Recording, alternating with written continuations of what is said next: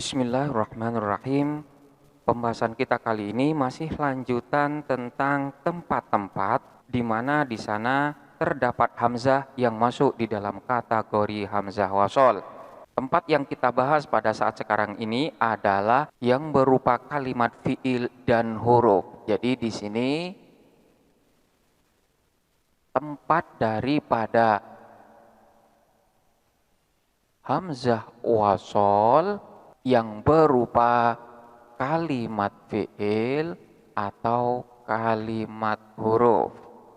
Kita mulai dari yang terdapat pada kalimat fiil terlebih dahulu.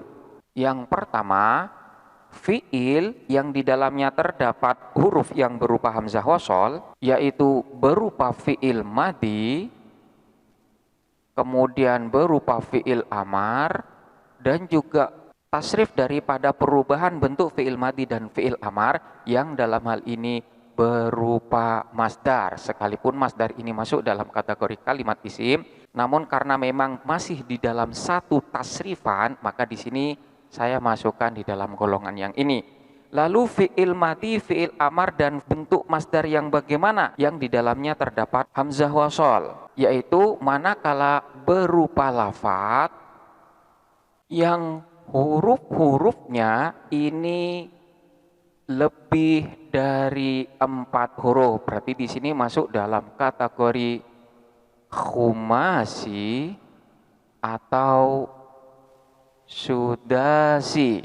Kita ambil contoh yang khumasi. Seperti lafadz indaroja. Indaroja ini adalah bentuk daripada fiil madhi, di mana hamzah yang terdapat pada awal dari fiil tersebut adalah merupakan hamzah wasol. Indaroja. Kemudian bentuk fiil amarnya adalah indarij. Ini juga sama, hamzahnya termasuk dari hamzah wasol. Selanjutnya bentuk masdarnya pun juga sama, yaitu indirojan.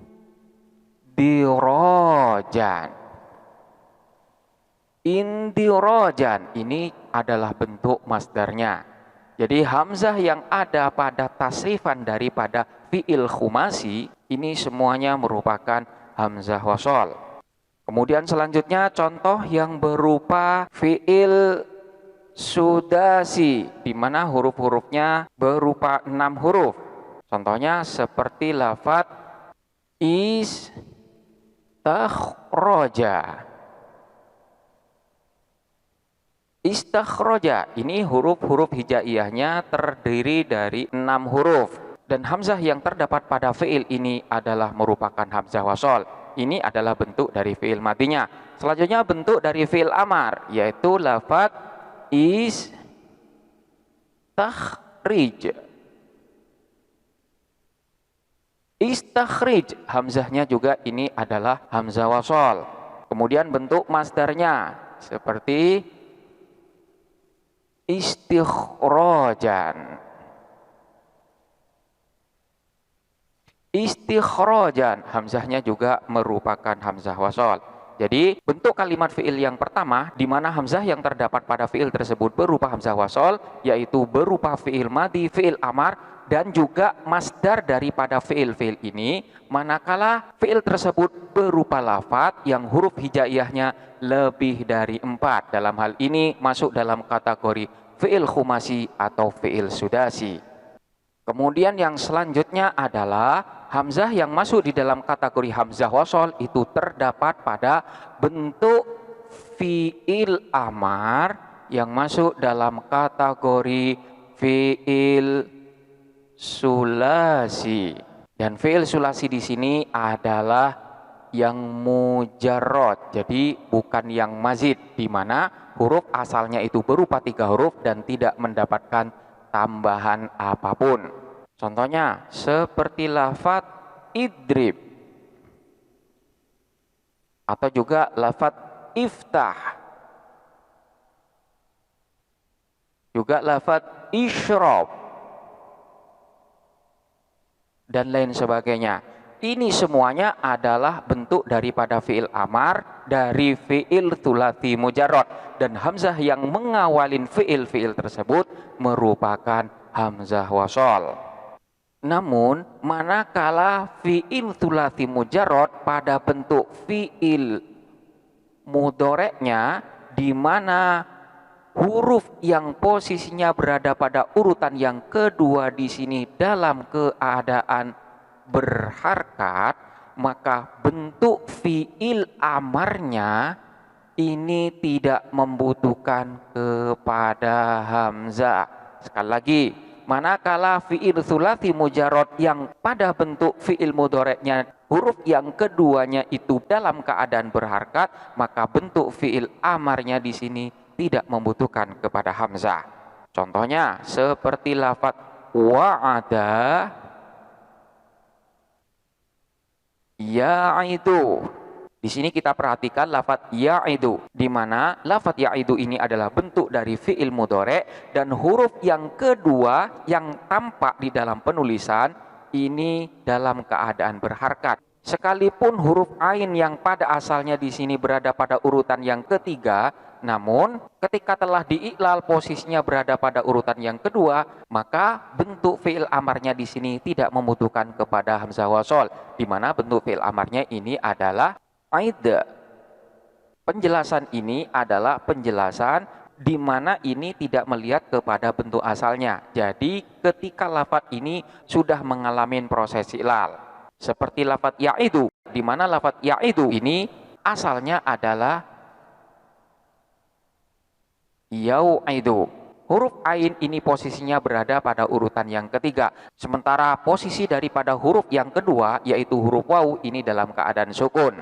Namun lafaz ini setelah mengalami proses ilal, maka bentuknya berubah menjadi ya'idu. Maka penjelasan ini adalah penjelasan ketika lafaz tersebut sudah mengalami proses ilal dan tidak melihat kepada bentuk asalnya. Jadi lafaz ya'idu, huruf yang posisinya berada pada urutan yang kedua itu adalah huruf ain, dan huruf ain ini dalam keadaan berharkat. Maka ketika bentuk fi'il amarnya di sini tidak membutuhkan hamzah wasol, sekalipun pada asalnya ini masih tetap membutuhkan hamzah wasol. Aid asalnya adalah iu'id, namun setelah mengalami proses ilal di sini sudah tidak membutuhkan lagi hamzah wasol. Contoh yang lain seperti lafaz qoma. Qoma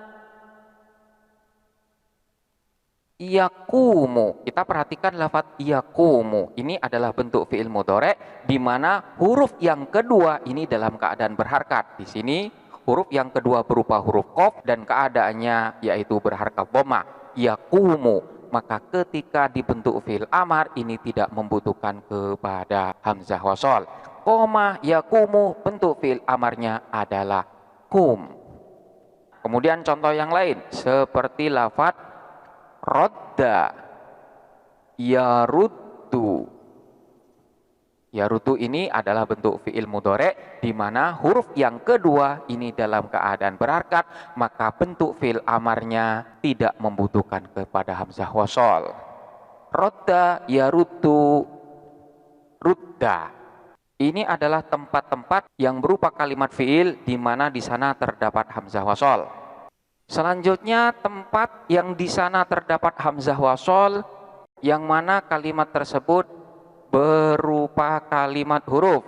Dalam hal ini terdapat pada lafaz al.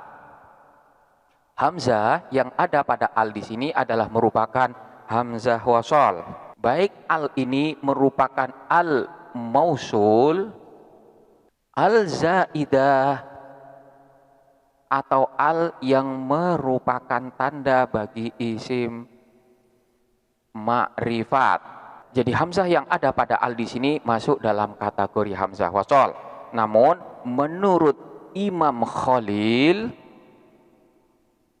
hamzah yang ada pada al ini masuk dalam kategori hamzah qata'. Di mana selanjutnya hamzah qata' yang menurut Imam Khalil tersebut diberlakukan sebagai hamzah wasol karena banyaknya penggunaan. Jadi pada asalnya menurut Imam Khalil hamzahnya ini adalah merupakan hamzah qata'. Selanjutnya untuk al ini menurut ahlu Yaman, jadi menurut orang-orang Yaman, al ini dibaca dengan am. Dari penjelasan ini dapat diambil kesimpulan bahwa hamzah wasol ini bisa terdapat pada kalimat isim, bisa pula terdapat pada kalimat fiil, dan bisa juga terdapat pada kalimat huruf. Namun sekalipun demikian terdapat pada tempat-tempat tertentu saja. Jadi di sini dapat disimpulkan bahwa hamzah wasol tersebut tidak terdapat pada bentuk fiil mudhari secara mutlak. Jadi semua bentuk fiil mudhari tidak akan terdapat hamzah wasol. Manakala terdapat fiil mudhari yang didahului oleh hamzah, maka hamzah yang ada itu bukan hamzah wasol, melainkan huruf mudhari'ah. Kemudian yang kedua, hamzah wasol tersebut tidak terdapat pada kalimat huruf kecuali yang hanya ada pada lafadz al dan juga yang ada pada lafadz am, di mana am ini merupakan bunyi bacaan al tapi menurut bahasanya orang-orang Yaman. Kemudian selanjutnya hamzah wasol ini juga tidak terdapat pada fiil madi dari fiil sulasi mujarrad atau juga fiil rubai. Jikalau terdapat fiil madi dari fiil rubai yang diawalin dengan hamzah, maka hamzah tersebut bukanlah hamzah wasol.